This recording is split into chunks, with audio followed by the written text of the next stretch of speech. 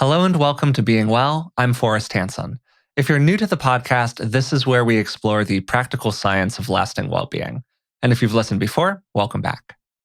We explore a lot of big ideas on this show, and alongside them, a lot of specific tactics and frameworks that can support people in growing and changing for the better.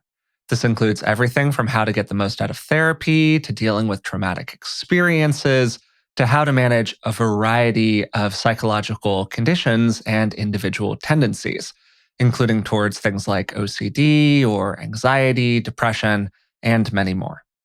There's a lot of different stuff in a lot of different domains on this show. But to me, there's a question that runs underneath almost everything we talk about. How does healing work actually?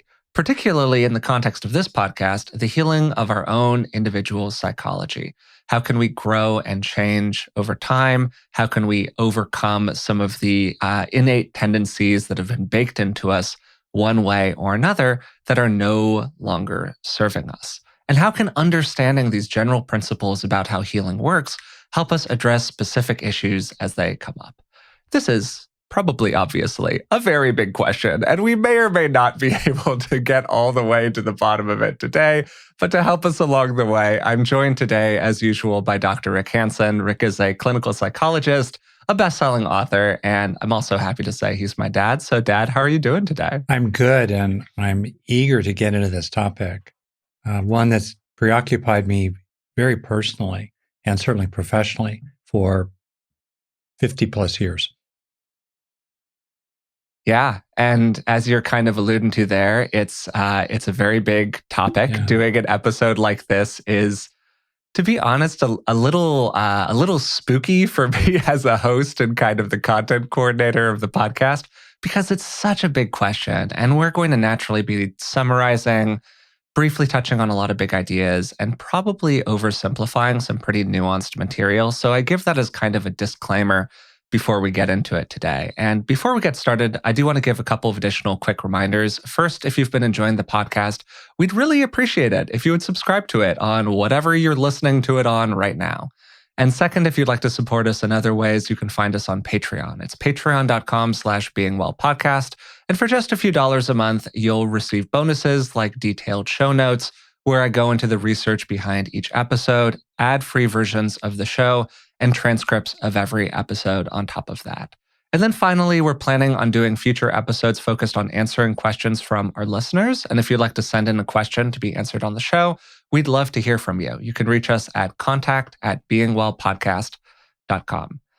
So, Dad, I would love to kind of start by me just talking a little bit about some stuff that I've been thinking about, and then maybe you could offer some commentary on it after that. How does that kind of sound? It sounds great for multiple reasons, including the ways that it's easy for me. The burden's on you to carry the water up the hill, which I like. Yeah. I like. It's about time, kid. Fair enough. Yeah, totally, right? I'm bearing my end of the burden here. But okay, so when we engage with this question, like how does healing work? It sounds very big and very spacey. Yeah. But if you kind of just bring together a lot of big psychological ideas, as I've been thinking about this, I think that you can see some patterns. For instance, Freud talked about repression, and the basic idea is a really big and important one, which is this idea that we force ideas and desires and thoughts out of the conscious mind because they're too painful. Then we look at more kind of modern approaches to therapy like internal family systems, which uses the language of exiled parts. These are parts of ourselves, often with their origins in childhood, that the rest of the psyche has pushed out of our consciousness because they are too painful. Then we've had past conversations on the podcast that focus on things like what we call the dreaded experience. And this is an emotional experience that you fear so much that you kind of warp your behavior around it. And these are essentially all forms of avoidance. We push away material that we're uncomfortable with rather than facing it directly. And when I connect the dots here to kind of my own individual journey over the last 34 years, but really the last kind of 10 years in a pretty conscious way around it, I just think that so much of this whole question, in terms of how we really grow and develop over time psychologically, comes down to our desire to avoid suffering and approach reward, particularly in the short term, that kind of innate desire that we all have as big animals. And that fear that we might suffer if we extend a little bit past our comfort zone is such an organizing principle inside of our psyche. So I'm going to kind of put a pin in it there before getting to my kind of part two in a second and just give you an opportunity to comment on any of that. Well, what we're trying to talk about here, I think of in terms of strategy distinct from tactics. We're going up to the big principle, big factor level, the sort of the 20 that gives you the 80 or the 5 that gives you the 95. In other words, the big rocks in the bucket. Nice. Yeah. Yeah, that's what we're talking about here. And so I think you're naming something that's really important that has to do with being able to tolerate our experiences and through that tolerance, be less controlled by what we dread irrationally now as adults that may have been very rational previously, but now maybe the risk of it is much, much less. And yet we're still functioning in what we talk about inside the bars of our invisible cage. So there's that element here. And then there's also the element that you're naming around integration and inclusion, opening up to all of ourselves. So these are already being named as very broad principles. And a really broad principle that strikes me as in some ways encompassing at least some of that has to do with a shift in our relationship to what we're experiencing. So we can shift what we're experiencing, and there's a lot to be said for that over time. And also, we can pop up to the meta level. This is not a reference to the rebranding of Facebook. We can pop up to the process level. We are avoiding commentary on that one on this podcast, yes. In which our relationship to the pain and joy that we're experiencing starts to change. And that's where things like acceptance, mindfulness, compassion in our relationship to what we're experiencing can really, really help there too. And so I kind of want to just put a pin in that one too along the way, shifting our relationship to what's happening, distinct from changing it itself. Yeah. Absolutely. And I think that that's a huge part of this whole thing as well. And when we talk in these kind of big general ways, like you were saying, big rocks in the bucket, general principles, stuff like that, it's really easy for stuff to get kind of vague or airy or extremely cognitive and breaking apart these ideas in ways that can feel like a little overly technical sometimes. So I want to kind of put this in the field of a personal story. And the person's narrative that I know the best is my own. So I'm going to frame this in terms of my own experience. And I would love for you, Dad, again, to kind of listen to what I'm about to say with both the mind of a psychologist, which you did for, clinical practice for 35 years or something like that, still do. And also with an eye to unpacking these kind of big stories, because I'm going to sort of make an argument here, and I'm curious what your take is on it. So if you've listened to the podcast for any length of time, it probably won't come as a shock to you that I think of myself as being a pretty top-down, cognitively oriented thinker type. And I was either natured or nurtured into being that. We talk a lot on the podcast about how there are these two big things that contribute to what we end up being in life, nature aspects and nurture aspects. It's really hard to untangle them from each other. They kind of co-create each other. And so it's sort of hard to say whether or not that is really my deep nature or if those were just the circumstances I was kind of put in that led to me being this way. But either way, I spent a considerable chunk of my life largely divorced from the emotional experience, particularly the emotional experience of my body. This isn't to say that I didn't have like strong emotions, as my dad would probably be happy to affirm. I had very strong emotions, particularly as a kid. And on the contrary, my body's sensations associated with those emotions were often almost overwhelming. But I would kind of push that experience down in a variety of different ways. And there's this recollection, kind of like a sense memory that I have that is very strong. And I really connect it to being like 14 or 15 or 16 years old. Those kind of like painful mid-teen years, right? Yeah. where I would have some experience that was an emotional experience, and there would be this somatic or body based element to it, where my feelings would kind of bubble up into my throat, and I mostly didn't let them get past there. Yeah. I rarely let the fizz out of the bottle, to use a phrase that I've come to like a lot. Where I think that a lot of the time people walk around life kind of like a soda bottle that's been shaken one too many times. And what happens is we just keep on shaking, and life happens to us, and we shake the bottle and we shake the bottle. And we rarely let the fizz out of it gently. We normally just open up the bottle and the fizz comes out all at once. And we've all had those experiences, right? Where just all of a sudden our emotions explode. And because I was so held, this led to a kind of tightness in my interactions with other people that kind of almost mirrored the intensity with which I repressed my own emotions and sensations and feelings, right? And as I've gotten older and engaged with this process more seriously, I have found, to me, maybe a little counterintuitively, to some people, maybe not surprisingly, some of the most healing and cathartic practices to be ones where I fully tune into the experience of my body and I allow those sensations to flow through freely. And as I've been able to let those feelings flow, they've become less intense as I've gotten more comfortable being kind of honest with myself about what I'm feeling and vulnerable with other people. I've become less attached to the defense mechanism of excessive cognizing. This doesn't mean that I'm not like a top down person anymore. I totally am. But it's balanced with this increasing comfort in the body. And this kind of whole long story time, which hopefully was somewhat interesting to people listening, and maybe you can find elements of that story in your own experience.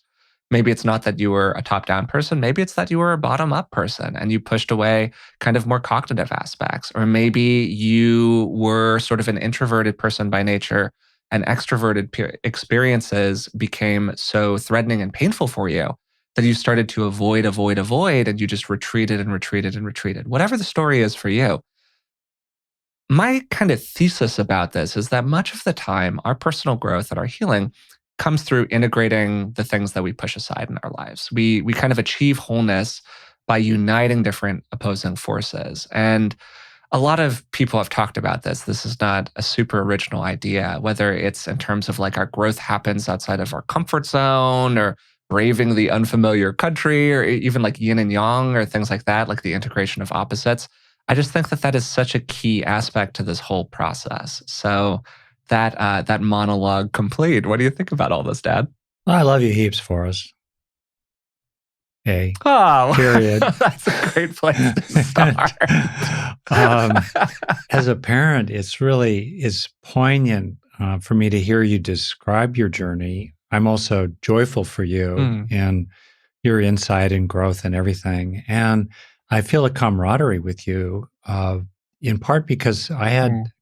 something of a similar journey. And so all that's there, and we could go down another path here that probably would involve finding some Kleenex. But I think I'll kind of sort of keep it together at a more, Okay. I don't It's know, probably for the functional best. kind of level, and do my Yeah. job here a bit. It's so many beautiful, clear, helpful, broad principles in what you're saying. One is the broad and really important principle of just releasing, of feeling the unexperienced experience, as it were, that's been pushed down. Freud talked about the return of the repressed and really feeling it. Now, to be able to feel it, to tolerate that, we need to grow resources inside ourselves, like inner calm, the sense of being cared about, a certain steadiness of attention, some executive functions that can manage it. And more broadly, we need to, here's that principle again, shift our relationship to the creepy crawlers in the basement, to the sludge in the bottled up sewer, pick your metaphor, so that when you do the fizz in the bottle, so when you pop the lid and you've shifted your relationship to what comes out so you don't feel so overwhelmed by it and you have a sense of understanding and compassion for it. So I hear those things. And by the way, as we go here, people might really want who are listening to tune into themselves and ask, what's applicable to me?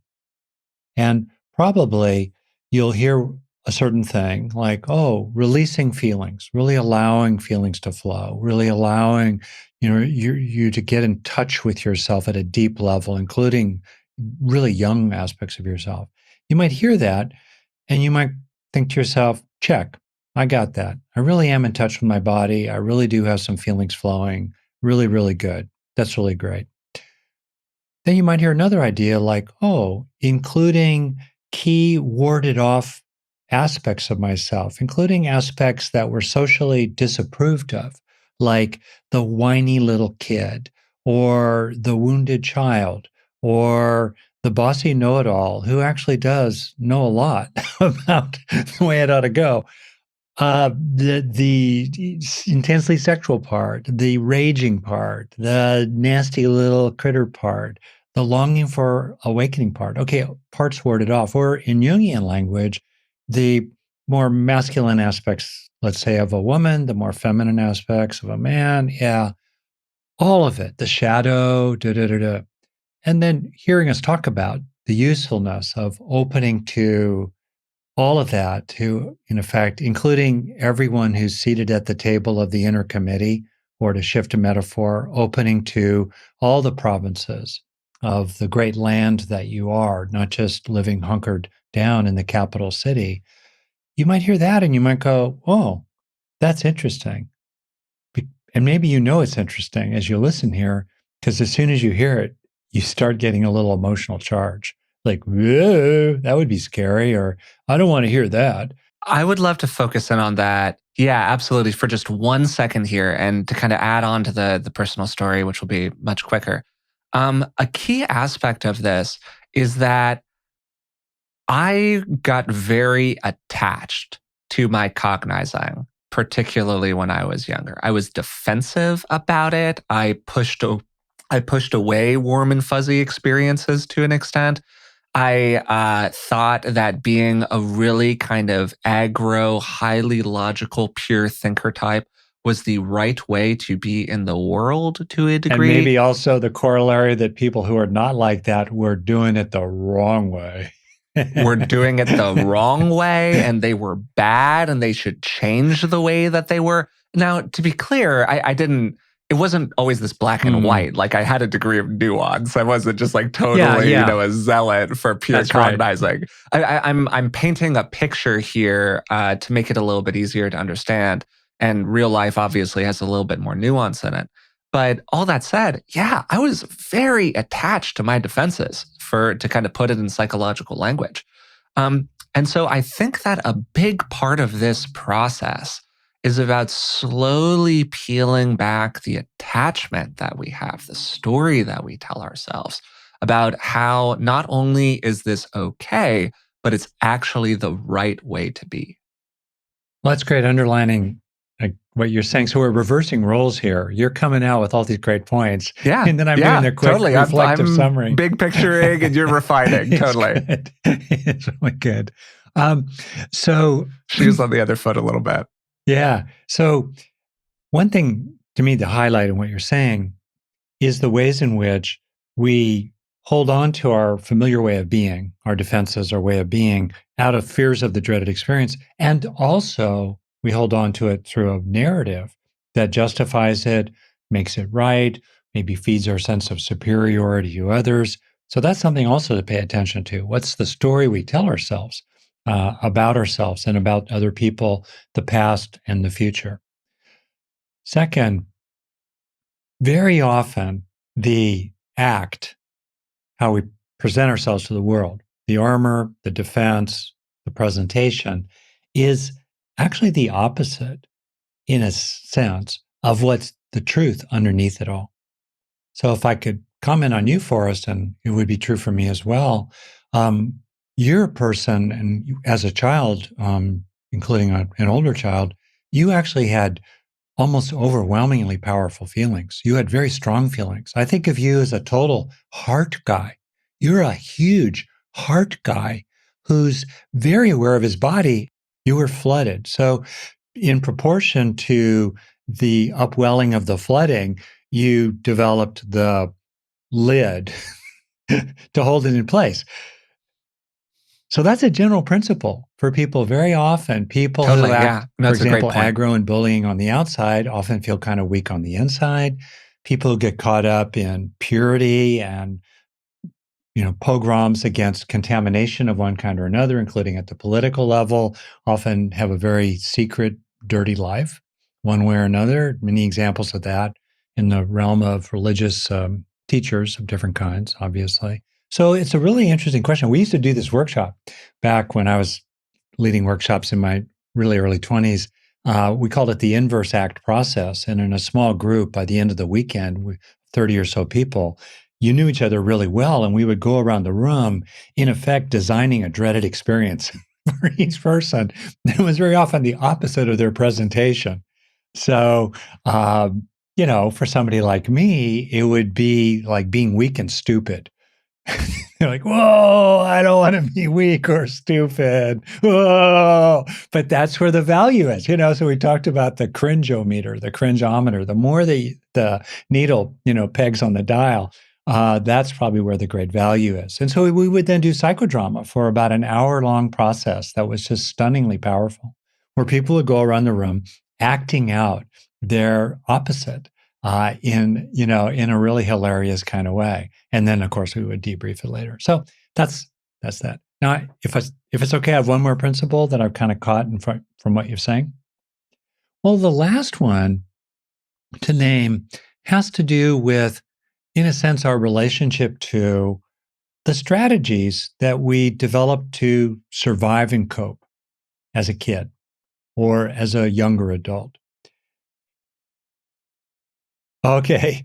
And to actually relate to those strategies in a way that appreciates them and values them and doesn't shame ourselves for them and understands the functions they served. And maybe even also, frankly, giving yourself a pat on the back. Way to go, Forrest. You built fantastic defenses. Oh man, you became so cerebral. Way to go. I could say way to go, Rick, or whatever. It worked. It worked. Or Yeah, they're a different totally. kind of person. Wow, Yeah. you really learned how to appease and placate people around you so they wouldn't hurt you. Wow. Or you really learned to lie about what you really felt inside just to deal with your alcoholic parents. Good for you. Okay, good. Now, that said, can we gradually shift from that well learned, really necessary and important strategy into other ways of being going forward? Yeah. No, this is a totally key point that I really want to highlight here because it's very easy when we have these conversations to I don't know quite the right way to phrase this, Dad, so feel free to jump in here and kind of help me out. But a lot of the time, what happens is that we get into these very black and white, this aspect of psychology good, this aspect of psychology bad sort of conversations. And one of the ways that that happens is because it's really easy for us to attach value to different kinds of language. So, what I mean by that is that a word like defense has a lot of connotations associated with it that are not inherently positive ones. So when we talk about activating somebody's defenses, the way that we normally use that kind of language is by saying something like, oh, you shouldn't be so defensive. But the truth is that most of the time, people's defenses are there for reasons. Like, our psychology is actually super sophisticated and very good most of the time at protecting us emotionally. So if you had a pattern of behavior that emerged over time, it probably comes from somewhere and it was probably pretty rational in the moment. And then the question becomes, is it still rational these days? And that's the important question to ask yourself. Yeah, a funny, powerful exercise for people is to do what you can to get a picture, a photograph, ideally of yourself at every year of your life. And if you're really old like I am, this could seem a little onerous, so it's okay to simplify it here. But basically, look at that kid and really basically say or write a note of appreciation to that kid for that year. There you were, sixth grade. I'm myself immediately remembering sixth grade, what I was dealing with. I was very young when I started sixth grade. I think I was 9, maybe. Um, and a lot of weird things really came through to basically compliment yourself as that kid and value what you had to create. And in a funny kind of way, valuing um, the act you developed, the persona you put on, the defenses you acquired, the feelings you pushed down, valuing that then actually opens up a space in which there can be a shift. And here also, I want to name another very broad principle that was highlighted by Fritz Perls, and it's implicit in other areas. It's the notion of completing a pattern so that it can disappear, completing the gestalt, in other words. And for example, Peter Levine has really taught a lot profoundly related to this general principle in the sphere of trauma. And that trauma, a lot as it's lodged in the body, has to do with the inhibition of a coping response that was impossible during the trauma itself. So part of what we help people do is complete the trajectory of what that behavior was, or similarly, complete the valuing, let's say, of our way of coping from our childhood, so then we can move on from it. People might ask themselves, what is longing to be completed inside themselves? What is longing to be completely expressed Mm. or completely heard or completely received? And when you have that feeling of gestalt, that's also often when you get a complete release.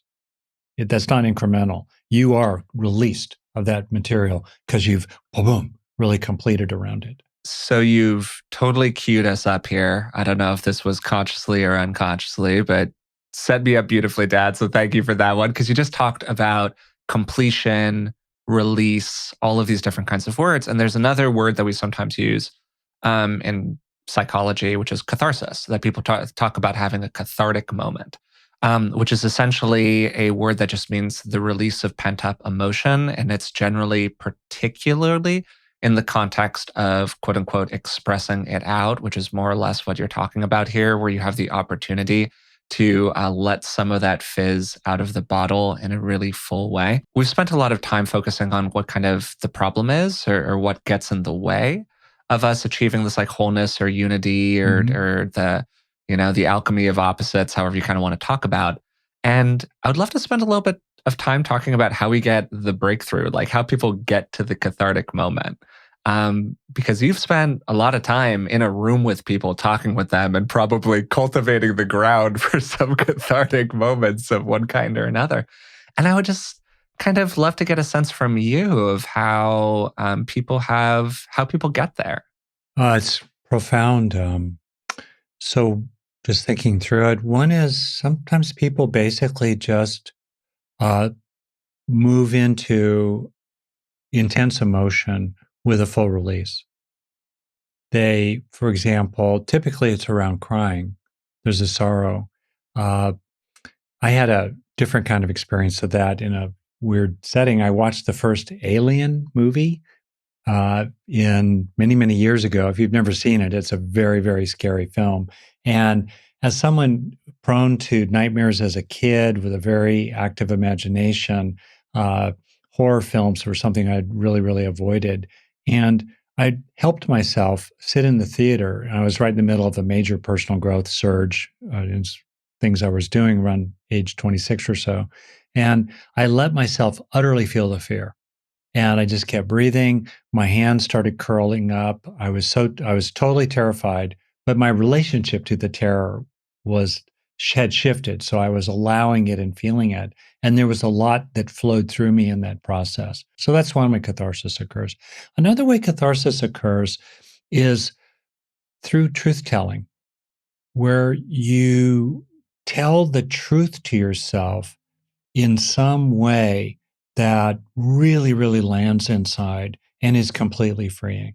And for example, I've known people who will hear from the therapist something and then they'll say it for themselves and they'll really get it. Like I remember a woman really getting that her parents' unhappiness was not her fault as a kid. Like, wow, she had believed that it was her fault. So a shift of belief, a kind of a radical, wholesale shift of belief. An example of that for me was the shift of my belief uh, in my 20s as well, that I had been a wimp growing up, kind of a shameful, cowardly wimp. And in fact, no, I realized no, I'd been a nerd, but in my ways, I was totally not a wimp at all. That was a revelation for me. So there was a shift of belief, that truth telling. The third major way I see people get a complete release after catharsis of some kind and after kind of a revelatory shift of view is they get in touch with a really young part of themselves and they include that really, really young part of themselves.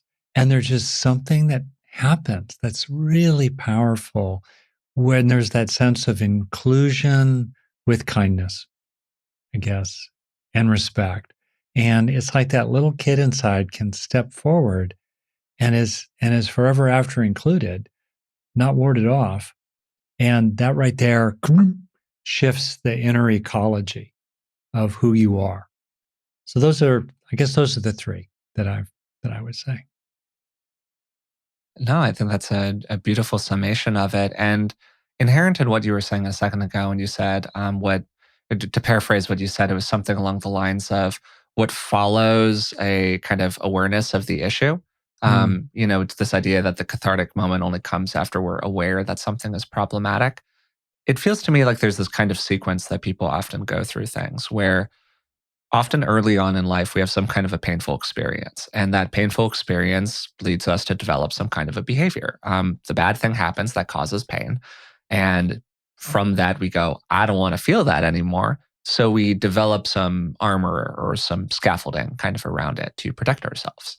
And then from there, we go into a phase of kind of repression and obliviousness. Like we don't even know that this armor has been developed most of the time. Some people skip that phase and they're aware of what they're doing. But for most people, myself included, the issue was beneath the level of my awareness. Maybe I had like some contacting of it. But I was so allied with it that I wasn't able to really see it clearly. And then things get to kind of like a partial awareness or denial. The classic line around this is kind of, I can quit whenever I want.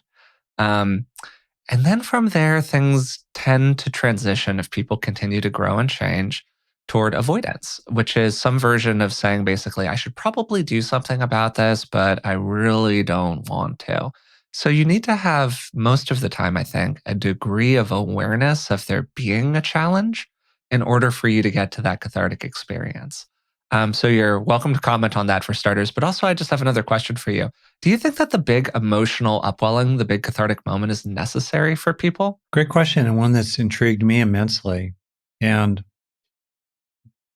there's no clear, in my knowledge, there's no clear and compelling scientific answer to this question. It's subtle, it's complicated. Uh, First, I want to name maybe a fourth kind of wholesale change, which is hitting bottom. That's a real category where you wake up. I've had my versions of hitting bottom where you just get it at almost a moral level that I know now not. It might be a revelation about a certain Yeah, totally. a certain kind of person. It's just like, ooh, not, yeah, nope, not for me. Totally. Yeah, I know what you Yeah, mean. exactly. People often have it around drugs and alcohol if they have a real important shift there, but there are other examples. So a hitting bottom, which can come with a certain remorse, even including with other people. So that's important. Uh, I think the way that healing shows up for people generally is a combination of incremental and qualitative change. No surprise, and both are important.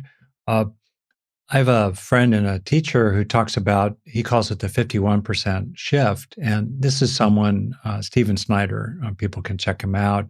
I admire him Mm-hmm, immensely. He's, mm-hmm. he's utterly the real Yeah, deal. we've had him Yeah, on a the podcast. phenomenal teacher and one who's done his own inner work. But he says that he finds that there's a shift where if more than 51% of the mind, is really clear that the presumed entity self inside isn't really existing.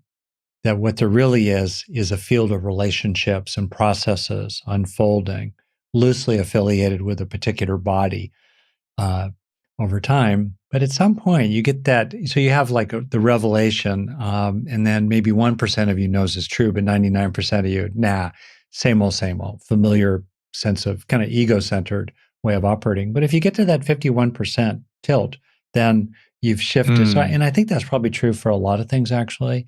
We, Yeah, totally. No, I think that that's a and great way that's hopeful to too. kind of Yeah. conceptualize a pretty often like what's sort of running underneath the way that we're talking about this conversation is how these topics are really challenging to put into coherent language. And sometimes words fail, you know? So if we can kind of simplify down a little bit, it does really help us understand this stuff. And I think that idea of like the 51% of you that knows something is a really good way to put it, actually, because I can think of a lot of previous moments in my life where 10% of me knew something and the other 90% was kind of like, all right, yeah, okay, pipe down 10%. And then over time, you finally get to a place where more than half of you is there. And sometimes the catharsis is found in when the inflection point happens, when it goes from being 40-60 one way to 40-60 the other way. That's right. That's really good. And there are other times where, to Mm. use kind of the language of the EST training, people would talk about pulling the whole stack or pulling the whole string of earlier similar. And we need both of these things, and we get both of these things. And you can see that some trainings and some trainers focus more on one or the other. Right? You have like primal scream approaches, just get it all out. Then you have other like psychoanalysis, 6 sessions a week, the slow chipping away at the structure of neurosis. So I think both are really good. I wanted to name one Yeah, more totally. broad. So go ahead. Yeah. Well, unless you want to build more on this stuff, I wanted to name one more broad principle. Okay, good. Uh, that's really different from anything we've said so far. And to put it a certain way, it's healing is accomplished based on getting in touch with something or taking refuge in something or dwelling in something that is really positive. And you give over more to that current in your life. And I think an example of that is the healing power of love, broadly. Giving over to love, opening to love, being lived by love, valuing love, opening your heart, and just getting in touch with lovingness and coming from lovingness. You Neurotic habit patterns may still be cooking along, but just by staying in touch with this lovingness, actually, there's a real shift for people in how they're operating. Uh, One example of this is certainly for people who get in touch with what is for them the divine. And it's just a fact that there are a lot of people who became a lot happier and actually started acting in a lot better ways because they had some kind of significant religious, or I'll call it spiritual experience. Now, Sure. obviously, Yeah, totally. organized religion, issues with that, wanting to steer clear of people getting caught up in the hobby horses of righteousness and sectarianism and blah, blah, blah, blah, blah. But just factually, for a number of people, Yeah. getting in touch No, with for sure. something really sacred and profound. It could be nature in the sense that for them is their wellspring. But that might be also something of value for people to ask yourself, what are your own sources? What are your own well springs, your own major refuges? And how could your healing be accomplished by uh, resting more deeply, dwelling more consistently in them? That's a huge resource for so many people. And we've had many conversations on the podcast in the past where I've said very openly, like, there's a part of me that absolutely wishes that I could just like find God on some level, and just give it up to that, and that I would have a lot of existential concerns that would probably get tamped down if I were able to do that. But I'm just not oriented that way, and that's okay too. But for a lot of people, whether it's organized religion or it's much more informal forms of spiritual practice, or even just like a general vague sense of connection with something bigger than yourself, whether that be common humanity, other people, nature, like whatever you find that resource, it can be really, really powerful for people. Um, to kind of move us a little bit towards something slightly more practical, maybe if this has all felt a little big picture to you and you're listening still. To return to kind of like my individual thesis, which Hmm. is that a lot of this happens when we're able to reclaim exiled parts of Yeah. ourselves or find the unity of opposites or integrate aspects of the personality that have been pushed aside, whatever it is. In my experience, like my own catharsis really occurred when I was, as a quote unquote head type, or not a head type, just somebody who had sort of divorced the body from my experience, when I was finally able to kind of connect with my body's needs in a variety of different ways. And so, to steal the language of Buddhism, kind of what we're talking about here is sort of an allegory for just kind of walking the middle path, finding the way in between the two extremes. And in much the same way, we've kind of focused on two big categories. We've talked about developing an awareness of what's going on inside your own patterns, the way you were when you were young, the things that you could still stand to integrate into your experience, all that stuff. And then on the other hand, getting in touch with it, playing with the unfamiliar, like you were saying, sitting in the movie theater and allowing the fear to wash over you. I would imagine you did a fair amount of stuff before you got to a point where you felt comfortable doing that. And so I'd like to kind of talk a little bit toward the end here about how people can do that. Like, what are some of the things that support people in moving outside of their comfort zone or kind of bringing together those opposing forces?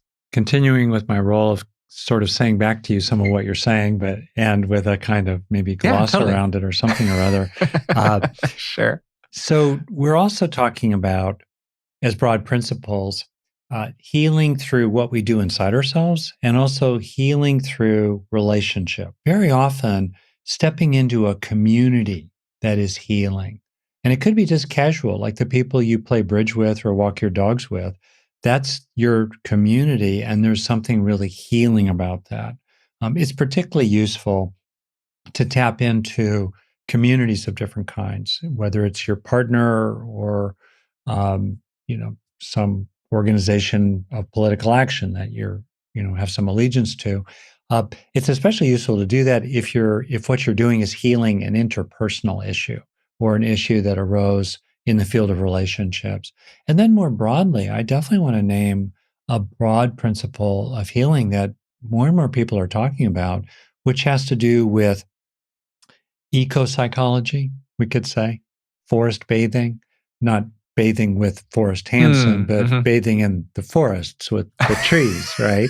Otherwise, there might be a line out the door for us for who can bathe with you. Oh, That's it. You geez. should have like All a right. lottery for Patrons, new We're patrons. moonwalking away from this topic, Dad. We're just doing a little slide back from it. Become a patron. This is a wonderful idea. Forest bathing. Anyway, That would be it. a very expensive tier, Dad. But all right, I probably can be bought, but Okay. nonetheless. In our relationship with the wider world, and there too is a kind of healing where really, if you can relate to it, the ways in which you feel like, wow, I'm actually part of a larger whole, I'm part of the whole circle of life, the wider sphere, the universe altogether. And I have a very small place in that, which also means that the place I have is a precious opportunity, not to be squandered in this human life. So that's another major, I would say, element of healing. So just focusing on the part of this that's kind of about getting comfortable outside of your comfort zone. I do want to affirm something that you were just saying, which is that I think that social support is always amazing if it's available to you. And not everyone has an amazing therapist or even a really good friend or a supportive partner or family that's kind of going to have your best interests at heart. Not everybody has that.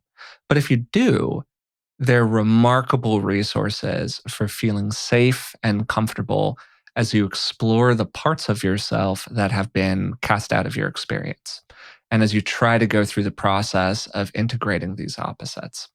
Another thing that's been really powerful and important for me personally is just playing with the nature of what an identity is. And what I mean by that is that I think for a long time, I kind of thought of myself as being a certain kind of person. And I just was that kind of person. I was baked, I was out of the oven. These things were all established, and I kind of was the way I was. And I thought that about myself when I was like 17. I was pretty young. Um, and over time, I've increasingly come to understand identity as being a much more mutable and I don't know, made from clay, not cast in bronze kind of thing. And I allowed myself to move into a position of being a more active creator of that identity rather than thinking about, oh, this is just the way I am.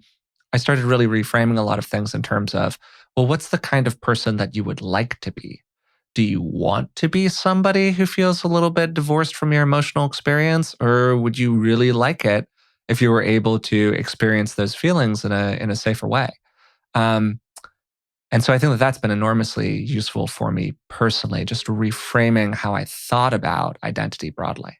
That's good. And part of that identity sense is a narrative a story we tell. Part of it also is just sort of a feeling and how loose we let ourselves be. One thing, too, I think that's incremental in healing is we start to sand the rough spots, especially of our rougher emotions or impulses. And one thing that happens with meditation, particularly over time, potentially and commonly, is that emotional regulation improves and a lot of the edgier and more angular intense reactivities kind of soften over time, along with a variety of other benefits. So that's definitely been an important one. If I could add, and then of course also speaking to that broad principle of what do you get of getting in touch with things that for you are really useful, like frankly a sense of vastness and spaciousness that starts to feel transpersonal, minimally the edges start to blur or soften between the body boundary and the rest of the world. And you start operating more in that big picture, spacious kind of way. You're just in touch with that. And when you're in touch with that, the things that used to bother you don't bother you so much. The things that arise in your mind arise more gently somehow because they're arising into a much vaster space.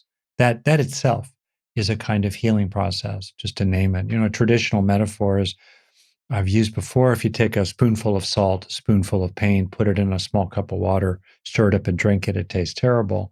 But if you put the same amount of salt, the same amount of pain in a large bucket of clean water, stir it up, take a cup out and drink it, you won't taste it so much. So that's a real healing for people. If I could slip in one at the very end, maybe that I have found to be very, very emotional and touching and poignant, it's to forgive yourself. We kind of alluded to aspects of this in terms of how you think about the coping strategies and defenses and shields and personas and masks you acquired in your childhood just to get through life or in adulthood as well. But I want to make it more pointed. There's a kind of heartfelt forgiving of yourself that includes the importance of appropriate, skillful, and moral action from here going forward. But definitely forgives yourself. Just forgive yourself. That feeling of sweetness and blessing, a soothing balm, it's so touching to really bring yourself forgiveness can be very deeply healing. Yeah, absolutely. And as we sort of come to an end here, I want to just emphasize something that might feel a little bit counterintuitive based on what we've talked about today, which is that it is really okay to double down on and give yourself credit for the things that you're good at. and the things that you are unnatural with and the things that come easily to you. Like these are beautiful and important aspects of our personality, of our psychology as well. Um, and inside of this conversation, we've really emphasized how bringing in the aspects that are a little bit more foreign to us is a powerful way to integrate our personality as a whole and to become a more complete human, a healthier, happier human out in the world. And I wholeheartedly believe that. And at the same time, I love being a thinky person. I love being a cognitive person. I love having these certain kinds of facilities that maybe don't come so naturally to other people, just as they have facilities that don't come so naturally to me. And those points of difference are part of what makes people so interesting and the world such a compelling place because we're not all the same and we're not all, perfectly integrated equally among all of our parts, right? Um, and so for some people, a real avenue to being as healthy and happy as they are capable of being in this lifetime um, is by really emphasizing their strengths and putting themselves in positions where the things that are scary or spooky or weird for them just don't come up so much. And that's, I think, definitely an approach and a really way to handle this if that's what is really true for you. That's great. Great summary. Awesome. Well, today we had a pretty wide Yeah. ranging, honestly, for me, really quite touching conversation focused on how we can heal and grow and integrate the parts of ourselves that we've pushed away over time. We began today's episode with me giving a bit of a monologue, just kind of bringing together some ideas that I'd been thinking about that all connect to this core concept that, for me at least, I've really found over time that my own personal growth, my own healing of my inner wounds has really come when I've integrated the aspects of my psychology, the aspects of my consciousness that I've really pushed away. The personal example that I've used is my own journey around accepting my emotional sensations and the feelings that live in my body. For a long time, because these sensations were so strong and so uncomfortable, I really pushed them away and I took refuge in my head. I was praised for my cognition in a variety of different ways. So, really, pretty understandably, I gravitated toward my head. I gravitated toward cognizing about problems rather than trying to feel my way through them. And this led to a situation where when I had strong emotional experiences, I didn't really let myself experience them out. I just kind of held on to them. And this connects to a lot of big ideas in the psychological sciences. For instance, Freud's big idea of repression, where we basically force down painful experiences, ideas, desires, and thoughts, and we push them out of the conscious mind because they're just too painful for us to deal with. Then there are approaches to therapy like internal family systems that have a very similar view, where we exile parts of ourselves that are in a lot of pain because again, we don't want to deal with that pain or that we think that there's something about that part that's really problematic and bad. So we push it outside of our cognition. These are all essentially forms of avoidance. Rather than having an authentic experience, we push it away. And over time, we calcify more and more around the parts of ourselves that we are comfortable with or that we don't find painful in any way. And this led to kind of my core theory about it, which is that our healing is often found through integration and unity. A lot of different traditions have a lot of different ways of talking about this. Buddhists refer to it as the middle path. Chinese philosophy uses yin and yang, and there are many other traditions that have talked about this as a core process that we go through as we grow and change over time. And I think that we could all be benefited by finding a healthy balance between intimacy and autonomy, between extroversion and introversion, comfort and discomfort, our somatic elements, our body based elements, and our cognitive or brain based, head based elements. Martin Buber had this great language, I and thou, how we relate to each other, bottom down and top up, however you want to talk about it. Most of our growth is found, as many other people have said, at the edge of our comfort zone. And yes, it can be great and very, very useful to double down on the things that we're already good at. I do that all the time. I remain a very cognitive, brainy person, and I really like that about myself. But a core part of my process has been accepting the not head-based, the not cognitive, the not brainy parts of my experience and honoring them in the same way that I do all the others. We then talked for a while about the process by which people get to catharsis, that big moment where the upwelling happens and change occurs. And it's like a big emotional explosion where suddenly the fizz is let out of the bottle. And I really appreciated a lot of Rick's commentary on this, where he both emphasized and really appreciated the value of catharsis, particularly in a clinical setting inside the therapy office, while also being like, you know what? It happens for different people differently, and not everyone has this big emotional explosion. And that's really okay too. I also really liked the 51% idea, which is basically that over time, different percentages of ourselves believe different ideas. And this was so true inside of my experience. I started out like 99% thinking that being this highly cognitive person was the way to go. And then over time, the more feely soft aspects of my experience began to creep in. As those aspects became a larger and larger piece of the pie, they started to get louder and louder inside of my experience. Until finally there was a tipping point where I fully accepted that this was a need that I had, where if I was going to keep on going, I had to learn how to relate to my emotions in healthier ways. We talked for a little while at the end about what somebody can do to get a bit more comfortable outside of their comfort zone. And for me, there are a few points here that are useful. And for me, there are a few points here that might be useful for you. First, social support is a huge part of this. It is very challenging to go through this process entirely on our own. Part of the reason that we ally to the safe parts of our nature is, for instance, in my case, being very cognitive, is because those were the parts of me that I was confident that other people would accept. We are social animals.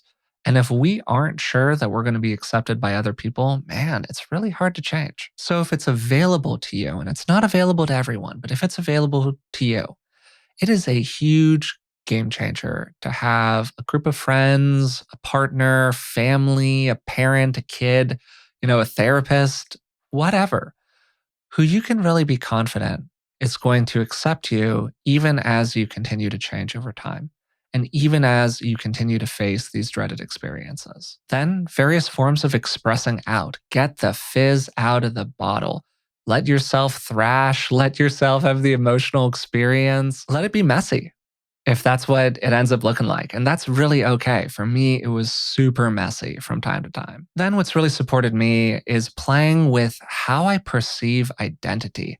And over time, I've really relaxed my view of identity as this kind of like fixed thing that I was.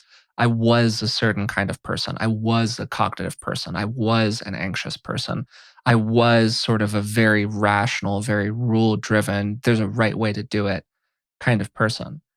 And I got to a place where I was like, wait a second, is this the person that I want to be? Or is this just the person that I'm telling myself I am? Or maybe really relevantly for you, is this the kind of person that other people are telling you you are?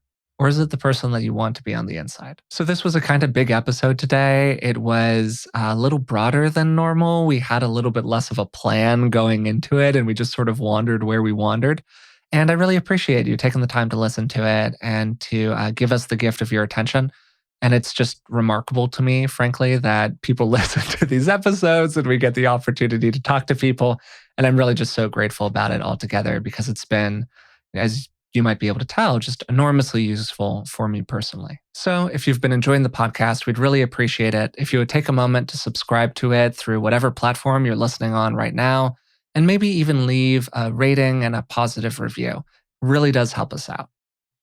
Also, if you'd like to support the show in other ways, you can reach us on Patreon. It's patreon.com/beingwellpodcast. It just costs a couple of dollars a month, and you will get a bunch of bonuses that I make in return. Finally, we're planning on doing future episodes focused on answering questions from listeners. So if you would like to send in a question to be answered on the show, please just email us at contact@beingwellpodcast.com. That's it for today. Once again, thanks so much for listening to the show, and we'll talk to you soon.